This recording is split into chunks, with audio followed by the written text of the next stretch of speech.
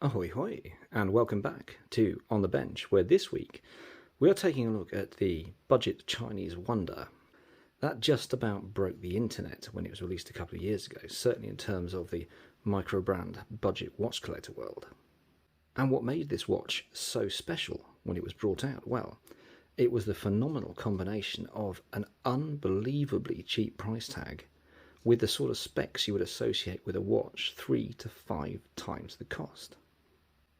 Now, it's been 2 years since it was released, so we're going to go through the watch and have a bit of a retrospective. How does it stack up now compared to watches that have been released since or even before then? As ever, this is not an unboxing video. I do not like them. I never intend to do them. The watch has been thoroughly worn and tested. It has then simply been reboxed to give you a fuller experience. And talking about boxes, let's start with it. Now, when it comes to the box, it impresses straight out of the packaging. And this does not look cheap. When you look at a new startup or a Kickstarter, very often you'll find plastic injection molded or vacuum molded hard cases with styrene or foam interiors to protect the watch, and there's nothing wrong with that. They do a fantastic job of protecting the watch itself. But they're not like this. There's nothing sloppy here at all. We have a lovely embossed shiny Phoibos logo on a faux leather, I'm assuming, tab. Very, very neat stitching. It's very easy to index with the ribbing that's been put around here, and this is soft. We have soft padding on the top and the bottom, and then just the standard case in between, these lovely rounded corners. We've got no lifting anywhere particularly. This really does look great just out of the packaging it arrives in. And the box done, let's take a look at the watch inside. Now inside we have some very professional looking case candy. We have our international warranty card, which is again impressive to see on a Chinese watch, particularly one that was relatively unknown at the time this came out. Everything we need to do, repair guide. I believe there were a few stickers in there as well when it originally came. And the watch itself. And it is a handsome beast. Let's take a closer look. As we take a look at the watch, let's discuss the different features and how it holds its own against other brands. The face is a very pleasant gloss black affair with loomed indices and loomed cathedral hands. And the Phoibos logo, that king octopus, it is a sexy logo, I have to admit. You can pop this on your wrist and go full-on Bond villain for the evening or the day should you desire. And we have a date at the number 3 position. Moving on to the bezel, we have a 120 click unidirectional, which is tight as a nun's chuff. There is no backward movement there at all. And a ceramic bezel. Ceramic in a watch that cost around about £100, which is absolutely phenomenal. And that then brings us on to the glass. Is it plastic, bearing in mind it's a £100 watch? No. Is it no-name mineral crystal? No. It is sapphire crystal in a watch that cost about £100. And that is just not an option that you see in this price range in general. The case and overall watch material are 316L steel with highly polished sides and a brushed top. And on the side we will find this Phoibos embossed screw-down crown with crown guards. This just isn't something you see very often in watch of this price range, a screw-down crown.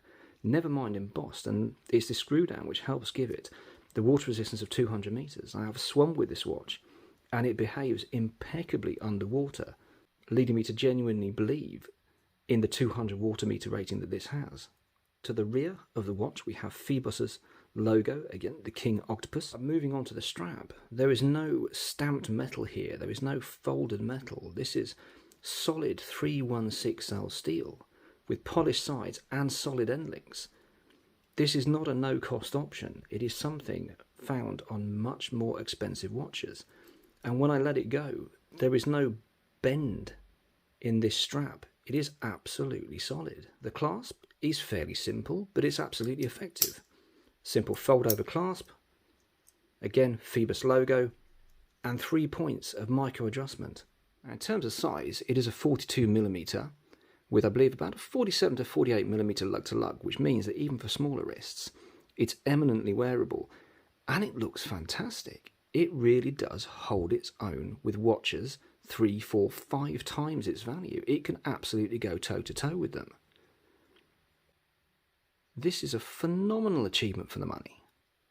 Which brings me to, who are Phoibos and how did they manage it? Well, if you go on their company website and you read their About Us section, you'll find a wonderful story about a Chinese couple who were travelling the world and then suddenly got an itch to make a watch.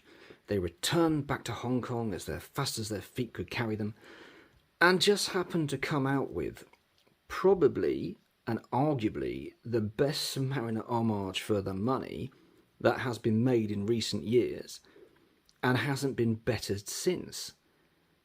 And you know what? I don't believe a word of it.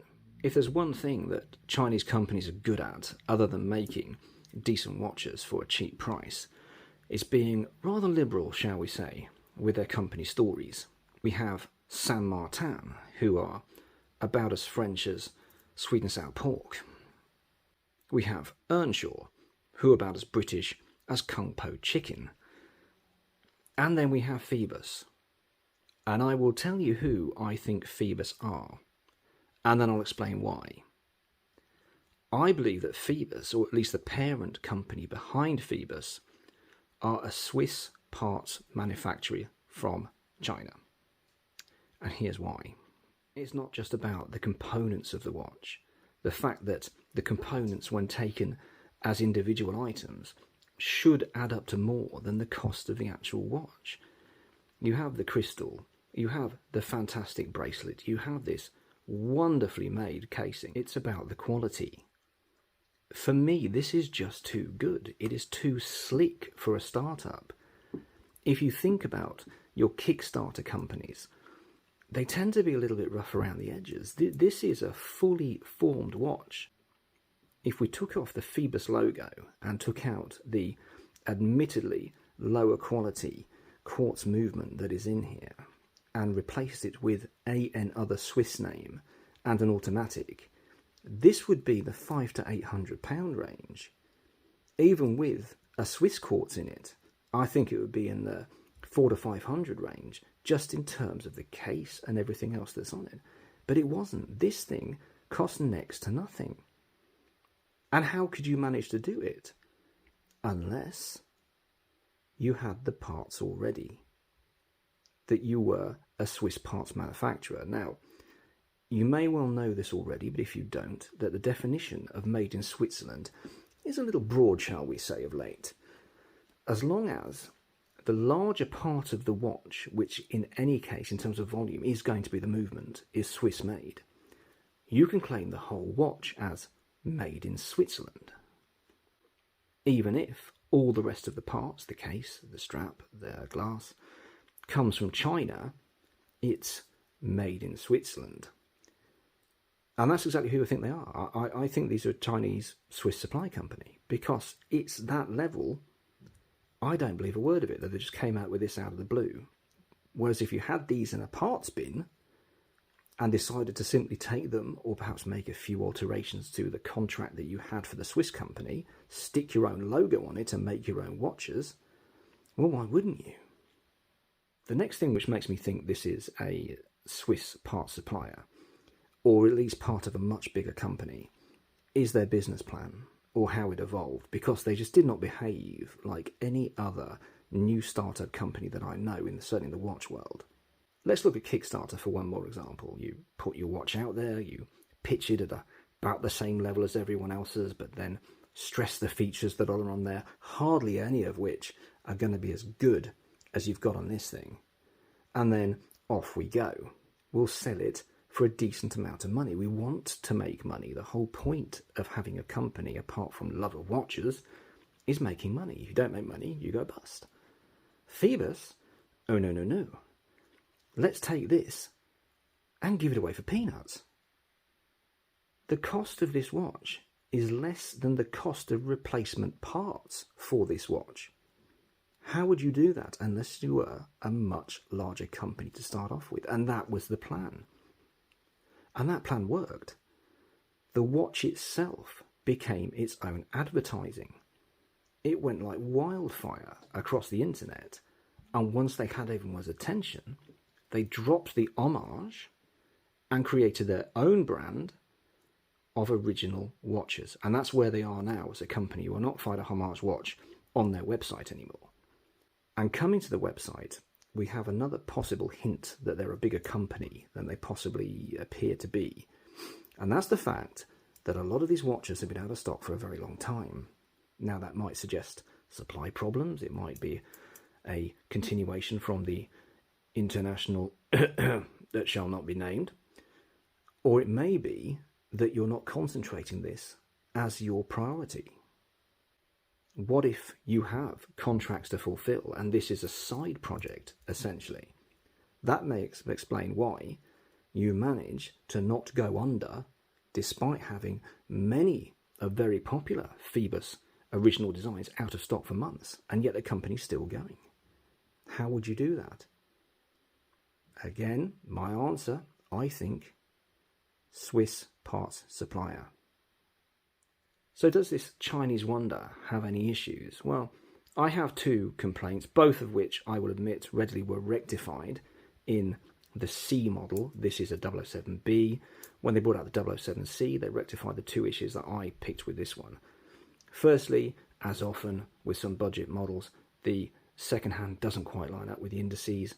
It's under £100. Show me watches which do. Some do, most don't. Next we have the lume. It is very poor. Even when fully charged with sunlight, it's barely visible. It lasts a few minutes before it fades. It was rectified, as I've said, on the C model. I believe they went to BGW9 after this model. But there's got to be some sacrifices, some there. If the lume had only been better, I think this would have been absolutely industry standard for this price range. But what do you think of the Phoibos? Did you buy one? Were you caught up in the hype? Have you even seen one of these before? Let me know in the comment section what you think of it. Would you take one of these over, let's say, an Orient Mako? Why? Which would sway you either way? As it is, these are no longer available as a new item. If you can find them new, perhaps sat in some stock room somewhere, and you're in the market for a beta diver in the budget of £100, I cannot recommend these more. They're absolutely phenomenal. If you're buying on the second-hand market, a very good example may cost you slightly more than it was worth originally. But then again, they're difficult to find, and even at a slightly increased price, I think they're worth every penny. But the most important question is what you think of it. Please do get involved in the comments and let me know. As ever, a like and subscribe would always be appreciated so you don't miss future content. And we'll be back in about 2 weeks' time with another watch and another review. And until then, please do take care.